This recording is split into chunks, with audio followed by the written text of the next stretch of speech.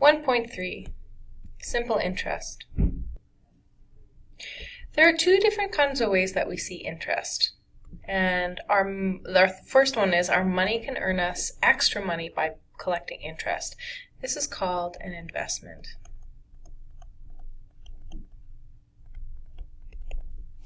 When money is lent out, say from a bank, a fee is charged, and this is also called interest. When we're talking about borrowing money from a bank, we're talking about a loan. In either situation, we can calculate the interest that we get on it, or the bank gets on it, by using a formula for simple interest. Now, tomorrow we're going to be talking about another one. It's called compound interest. But basically, the thing about simple interest is that the extra money is paid out only once a year. And another thing that I want to add to this, and is not reinvested. It's simply money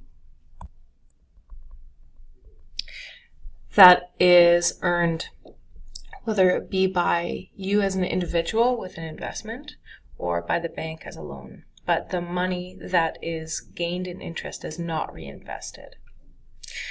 There's a pretty great formula here, I equals PRT, where I is the interest gained, P is the principal amount, R is the rate. Remember, we must have it as a decimal. This is really important.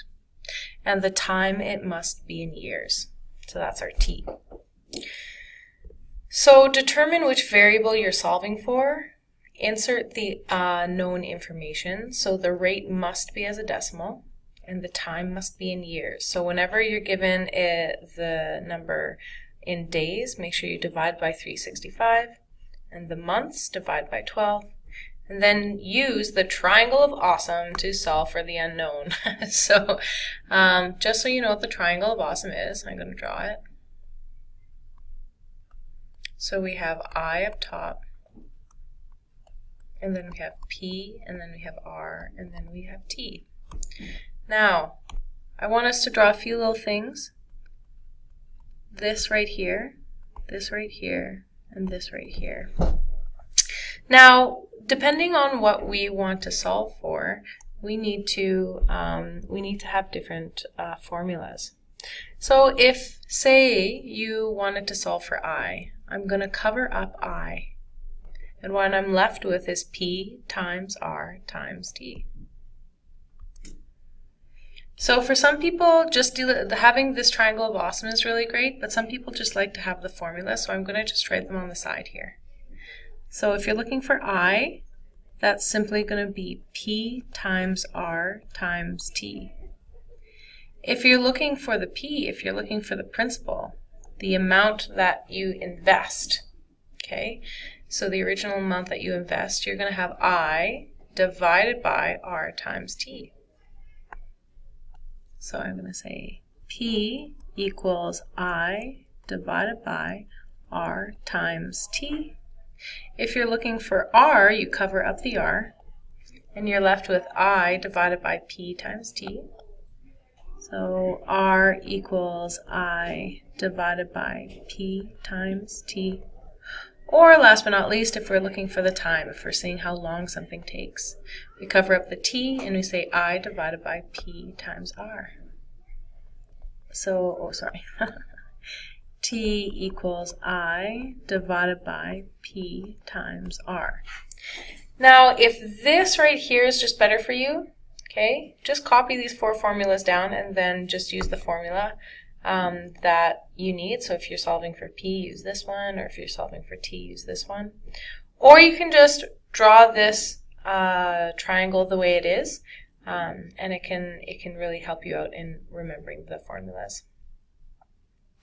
Okay, so Sam earns 4% on a $600 investment. How much does he earn if the investment is for 3 years? Now, the tricky thing with these questions is what formula to use and what are each of the values. So interest is up here. Principal amount, that's what you originally invest. And then the R, and then the t. There are some clues though. We know that interest always is going to be in dollars. We know that principal is always going to be in dollars. We know that rate is going to be given as a percent. And we know that time is always going to be given in years. And if not, we need to get it that way. So when I look at this question here, I'm looking and I'm seeing a percent right here. I know that that must be my R. And I'm looking at this one right here, 600. A $600 investment. So that's our P. This is what we originally put into the investment. How much does he earn if his investment is for 3 years? Well, this one is time. So it's asking how much interest does he earn if his investment is for 3 years. So what I can do is I can cover up this I, and I see that I equals P times R times T.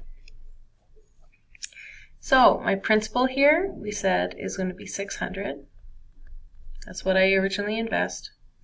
My R is going to be 4%, but we have to be careful. We need to write this as a decimal, so that's going to be 0.04. So that's what we put into the formula, 0.04. And then the time is going to be 3. When I put that into my calculator, I know that that is going to be $72. Simple multiplication. So that means that if he invests $600 at 4% for 3 years, Sam is going to get $72 in his pocket for investing that. Example number 2. Sandy earns 8.5% interest on a $950 investment. How much interest does she make in 7 months? So it's the same question as above. There are just a few things that are a little bit tricky about this one. So we are looking for the interest. That's what we're looking for. So I can scratch this off. So I know that my formula, I'm going to put it halfway down here. I equals P times R times T. Now, this right here is going to be our R. And as a decimal, it's going to be 0.085. This right here, this is the original investment, so we know that this is going to be our P. Now, here's the thing, 7 months, that's our T, but we need to get it into years. So convert into years.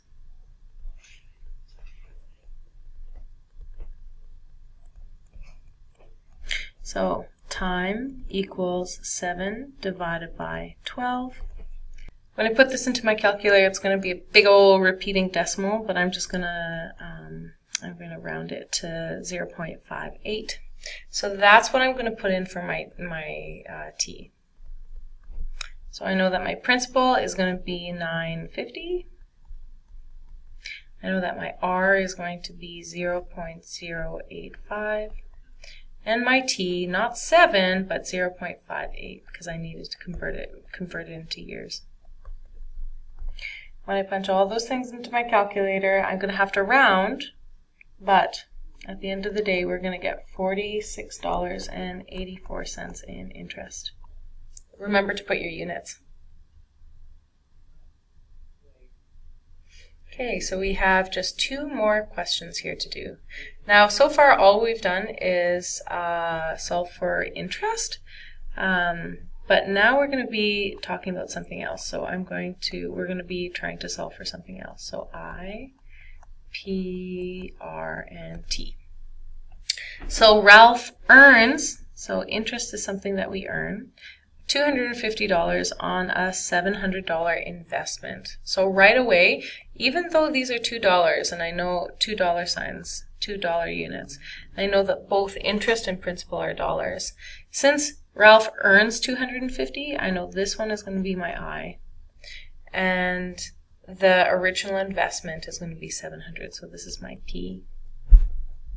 So Ralph earns $250 on a $700 investment after 2 years. This is going to be my T. What interest rate will he have? So we're looking for R. So I'm going to cover up R. And I know that R equals I divided by P times T. So whenever we have a fraction like this, we have to make sure that before we do the dividing, we have to simplify the denominator here. So I know that my I is 250, so I'm going to put that on top. 250, P is going to be 700 times T, which is 2. So first things first, we're going to simplify this bottom one. So I'm going to take out my calculator and go 700 times 2. Nope. 2. So that's going to be 1400. So we're going to have 250 over 1400. And now what I'm going to do is I'm going to take that and simplify the whole fraction. So 250 divided by 1400 equals 0.1785, but we can round to 86. 0.1786. Let me just double check here. Yes. Okay, so this is the percent as a decimal. So I want to convert it into a percent, so we need to multiply by 100. So that's 17.86%. This is my final answer. And last but not least, we're going to look at this one right here. I'm going to draw my triangle of awesome here.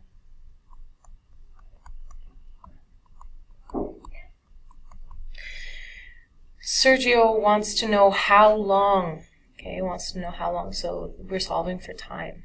It will take for his $1,000 investment to make $250 at a rate of 4%. So we know that it's a $1,000 investment, so that's our P. To make, or another way that we can say it is to earn, so this is going to be our interest.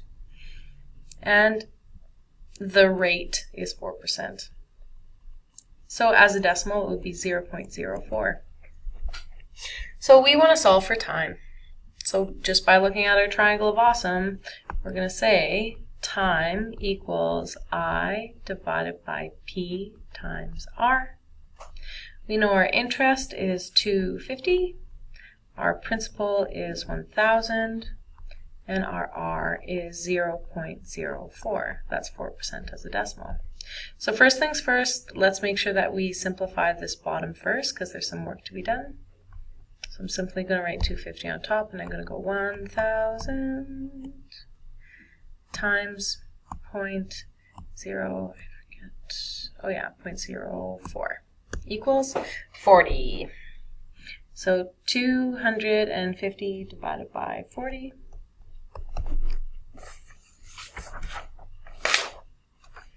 So I'm going to get 250 divided by 40 equals 6.25. So the time is going to be 6.25 years. Remember, whenever you're dealing with this formula and you're solving for t, you're always going to be finding the time in years.